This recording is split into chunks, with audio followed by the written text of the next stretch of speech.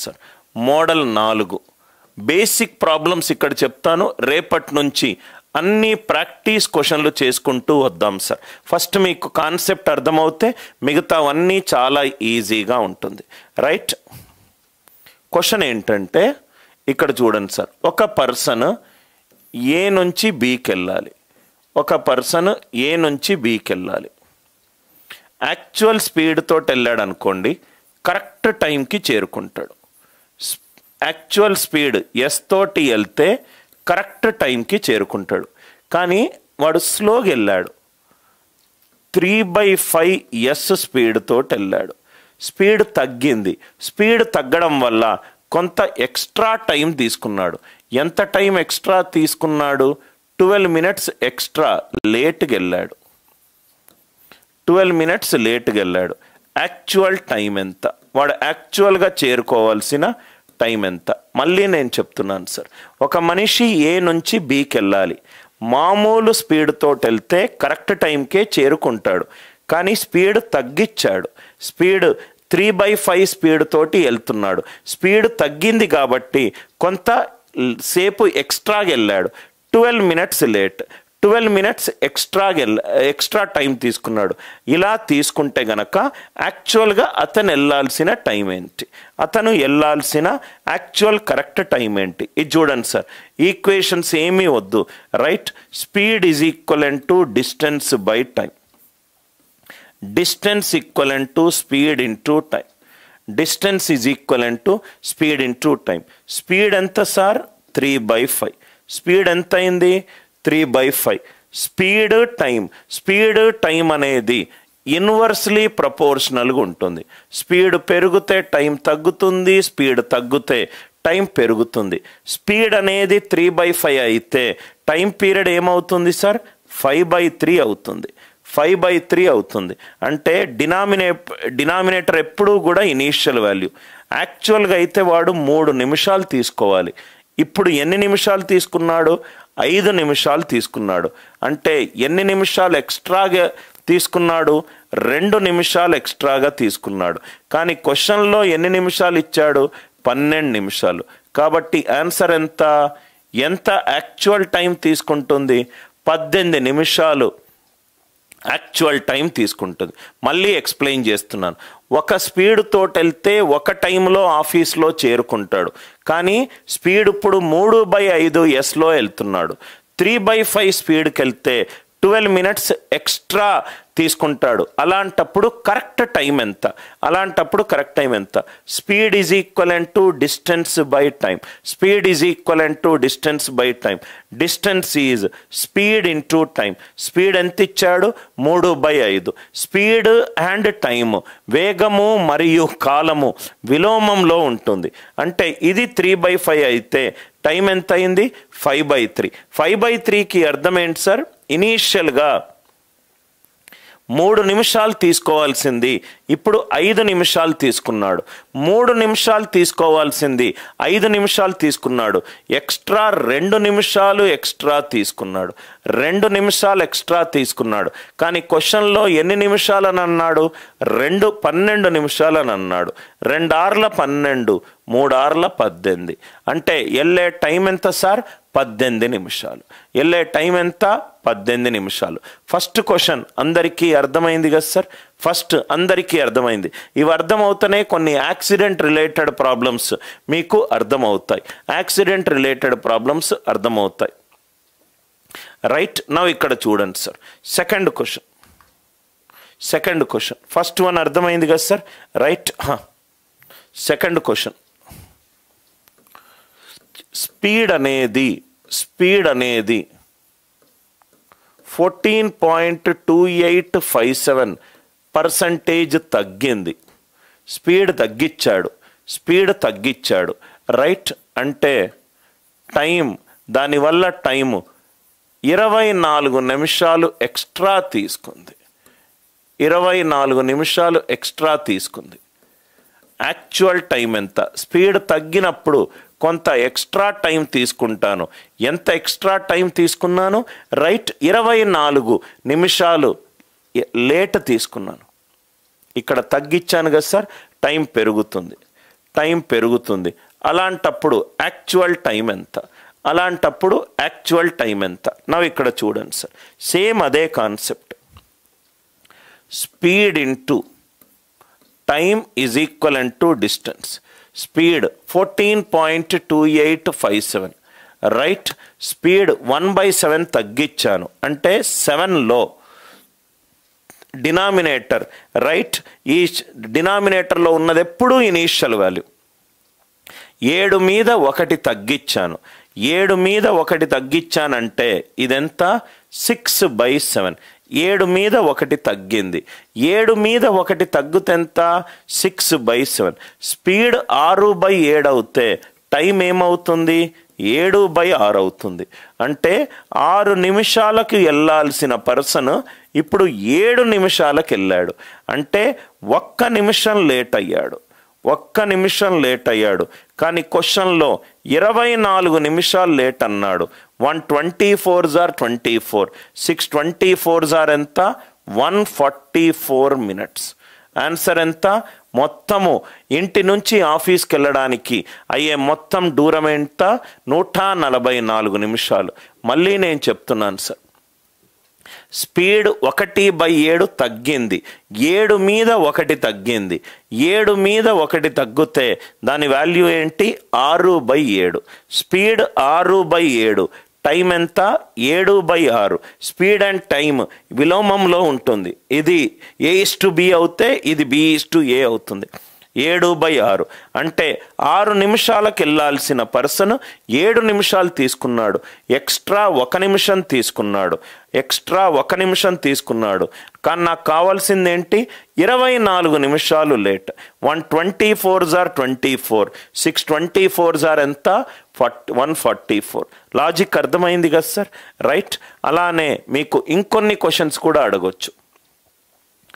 Speed ఎక్కువ తీసుకున్నాడు, right. ఇక్కడి నుంచి ఇక్కడికి ఏ నుంచి బీకి వెళ్ళాలి. యాక్చువల్ స్పీడ్ ఎస్లోకి వెళ్తే యాక్చువల్ టైంలోనే చేరుకుంటాడు. స్పీడ్ పెంచాడు, ఇప్పుడు 9/5 చేశాడు. స్పీడ్ పెంచడం వల్ల 12 నిమిషాలు తొందరగా వచ్చాడు.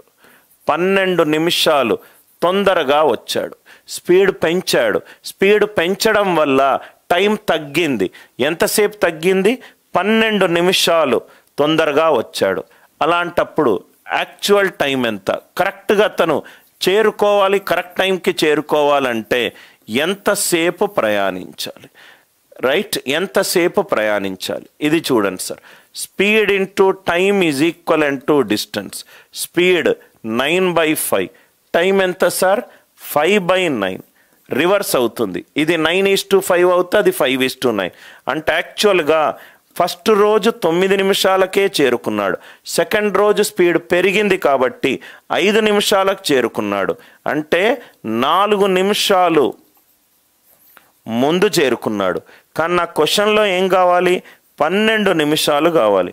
4 మూళ్ళ 12, 9 మూళ్ళ 27. 27 నిమిషాల్లో 27 నిమిషాలు. ఈ లాజిక్ అందరికీ అర్థమైందా? 9/5 అండ్ 9/5. స్పీడ్ 9/5 అయింది. స్పీడ్ 9/5 అవుతే రైట్ టైం ఏమైంది? 5/9. 9 నిమిషాలకు వెళ్ళాల్సిన వాడు 5 నిమిషాలకే వెళ్ళాడు. అంటే 4 నిమిషాలు ముందెళ్ళాడు. క్వశ్చన్లో 4 నిమిషాల ముందొద్దు, రైట్. 12 నిమిషాల ముందు కావాలి. 12 నిమిషాల ముందు కావాలి. Are you all with me? Logic అందరికీ అర్థమైందా? రైట్, లాజిక్ అందరికీ అర్థమైందా? ఇంకో 2 క్వశ్చన్లు. ఇవన్నీ కూడా ఎగ్జామ్లో అడిగే హైలీ రిపీటెడ్ క్వశ్చన్లు సార్. స్పీడ్ 22.22% పెరిగింది. స్పీడ్ 22.22% పెరిగింది. టైం ఎంత తగ్గాలి? సేమ్ డిస్టెన్స్ కావాలి అని అంటే ఎంత తగ్గాలి? రైట్. ఇంకో క్వశ్చన్ సార్. స్పీడ్ పెరిగింది, టైం ఎంత తగ్గాలి? స్పీడ్ తగ్గింది, స్పీడ్ 25% తగ్గింది, టైం ఎంత పెరగాలి? సేమ్ డిస్టెన్స్ రావాలి అని అంటే, సేమ్ దూరం కావాలి అని అంటే రైట్ టైం ఎంత పెరగాలి? టైం ఎంత పెరగాలి? ఇక్కడ చూడండి సార్, సేమ్ అదే లాజిక్ తోటి మనం సాల్వ్ చేస్తాం. స్పీడ్ పెరిగింది, స్పీడ్ పెరిగితే టైం తగ్గుతుంది. ఎంత తగ్గితే సేమ్ అదే ఈక్వేషన్ నాకు సేమ్ డిస్టెన్స్కి వస్తుంది. Right, I hope it is clear. Same speed 25% తగ్గితే టైం పర్సంటేజ్ ఇక్కడెక్కడ కూడా right, if we reduce the speed by some x, అదే మనం ఇక్కడ చేస్తున్నాం. Speed into time, speed into time is distance, speed into time is distance. First equation అందరికీ clear కదా?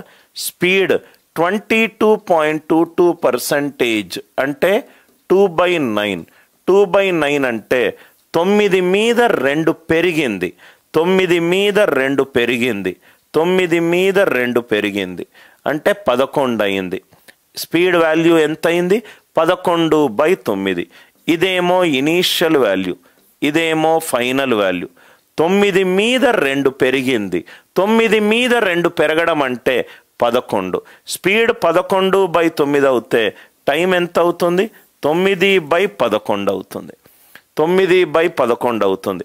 11 9 అయింది అంటే ఎంత తగ్గింది? 11 మీద 2 తగ్గింది. 11 మీద 2 తగ్గింది. 1/11 అంటే 9.09. 2/11 అంటే 2 into 9.09. ఆన్సర్ ఎంత? 18.18%. ఆన్సర్ ఎంత? 18.18%. మళ్ళీ చెప్తున్నాను, స్పీడ్ 22.22% పెరిగింది అంటే 22.22% అంటే 9 మీద 2 పెరిగింది. 9 మీద 2 పెరిగితే ఫైనల్ వాల్యూ ఏమవుతుంది? 11 అవుతుంది. 11/9. స్పీడ్ 11/9 అవుతే టైం 9/11 అయింది. ఇనీషియల్ వాల్యూ ఏమో రైట్ హారంలో ఉంది, ఫైనల్ వాల్యూ ఏమో లవంలో ఉంది. 11 9 అయింది. 11 9 అవడం అంటే 11 మీద 2 తగ్గింది, 11 మీద 2 తగ్గింది. 1/11 అవుతే 9.09%. 2/11 అవుతే 2 into 9.09%. ఆన్సర్ ఎంత? 18.18%. సేమ్ ఇదే concept. Speed into time is equivalent to distance. ఇది 25% అంటే 1/4. స్పీడ్ 4 మీద 1 తగ్గింది అంటే 3/4. 4 మీద 1 తగ్గడం అంటే 3/4. రైట్, స్పీడ్ 3/4 అవుతే టైం ఏమవుతుంది? 4/3 అవుతుంది. అంటే 3 కాస్త 4 అయింది. 1 పెరిగింది, దేని మీద? 3 మీద పెరిగింది. 1/3. 1/3 వాల్యూ ఎంత సార్? 33.33%. 1/3 వాల్యూ ఎంత? 33.33%. 25% తగ్గింది. 4 మీద 1 తగ్గింది అంటే 3/4. టైం 4/3. స్పీడ్ 3/4 అవుతే టైం 4/3. 3 మీద 1 పెరిగింది అంటే 4. రైట్, 3 మీద 1 పెరిగింది. 1/3. ఆన్సర్ ఎంత? 33.33. దీంట్లో కొన్ని అడ్వాన్స్డ్ లెవెల్ వేరియేషన్స్ ఉన్నాయి. ఇవన్నీ కూడా మనము ప్రాక్టీస్ ప్రాబ్లమ్స్ అయినా రేపు స్టార్ట్ చేద్దాం. ఫండమెంటల్స్ ఈ ఎగ్జాంపుల్ అందరికీ క్లియర్గా సార్? ఈ ఎగ్జాంపుల్ స్పీడ్ పెరిగింది, టైం తగ్గింది, స్పీడ్ తగ్గింది, టైం పెరిగింది, స్పీడ్ తగ్గింది, టైం పెరిగింది. రైట్, మీటింగ్ పాయింట్ రిలేటెడ్ కొంచెము వృత్తాకార పందాలు మళ్ళీ ఒకసారి చూడండి, ఒక్కసారి ఇంకోసారి మీరు చూస్తే చాలా ఈజీగా మీకు అర్థమవుతుంది. రేపు ఎల్లుండి ప్రాక్టీస్ ప్రాబ్లమ్స్, అది జనరిక్ ప్రాబ్లమ్స్ ట్రైన్స్ నుంచి, బోట్స్ అండ్ స్ట్రీమ్స్ నుంచి నీట్గా 1 by 1 కవర్ చేసుకుంటూ వద్దాము. రేపు మళ్ళీ కలుద్దాము. Thanks a lot for attending these special session. With love, Anil Nair.